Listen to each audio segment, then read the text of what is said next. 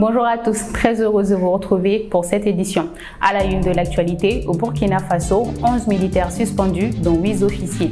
Nous serons en correspondance pour en savoir plus. Et au Mali, visite du Premier ministre du Niger, au cœur des échanges, coopération, économie et lutte contre le terrorisme. Une semaine après une tentative de coup d'État, 11 militaires burkinabés, dont 8 officiers, ont été suspendus à compter du mercredi 4 octobre 2023, selon un décret du ministère de la Défense et des anciens combattants du Burkina Faso.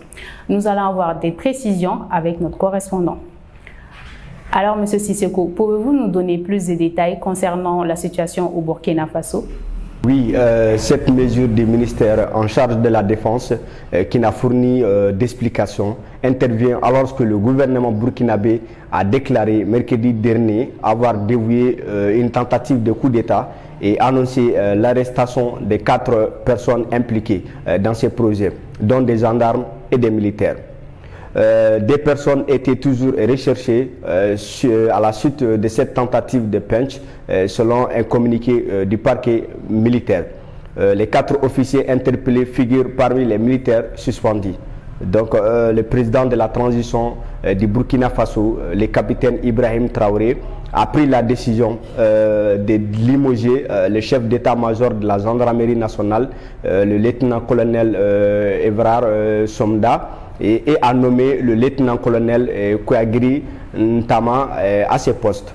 Lors d'une interview accordée à la presse nationale, le capitaine Ibrahim Traoré a déclaré qu'il n'y aura pas de sentiments envers tous ceux qui tentent de déstabiliser le pays. Et cette position ferme montre que le capitaine Traoré est déterminé à faire face à toute menace potentielle pour le pays, qu'elle vienne de l'intérieur ou de l'extérieur. Et à propos des auteurs de la tentative de putsch, il a fait savoir qu'il s'agissait d'individus manipulés et qu'il n'y avait pas de malaise au sein de la force armée nationale. D'accord, merci beaucoup pour ces précisions. Au Mali, après un court entretien élargi au ministère des Affaires étrangères et de la coopération internationale, Abdoulaye Diop, et au ministre de l'Administration et de la décentralisation, le colonel Abdoulaye Maïga. Les 2 délégations se sont rendues à la primature où elles ont tenu une séance de travail. Dans ses mots d'introduction, le Premier ministre du Niger a exprimé les remerciements et les reconnaissances du peuple et des autorités nigériennes au Mali pour son soutien indéfectible et son accompagnement face aux sanctions inhumaines de la CEDEAO. Comme annoncé dans les médias, l'administration militaire du Niger a accepté l'offre de médiation de l'Algérie pour établir l'ordre constitutionnel dans le pays.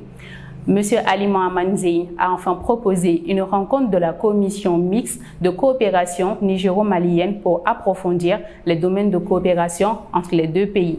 Il a également parlé des projets de développement entre les 2 pays, notamment un projet de production de charbon qui contribue à combler les déficits énergétiques dans la région.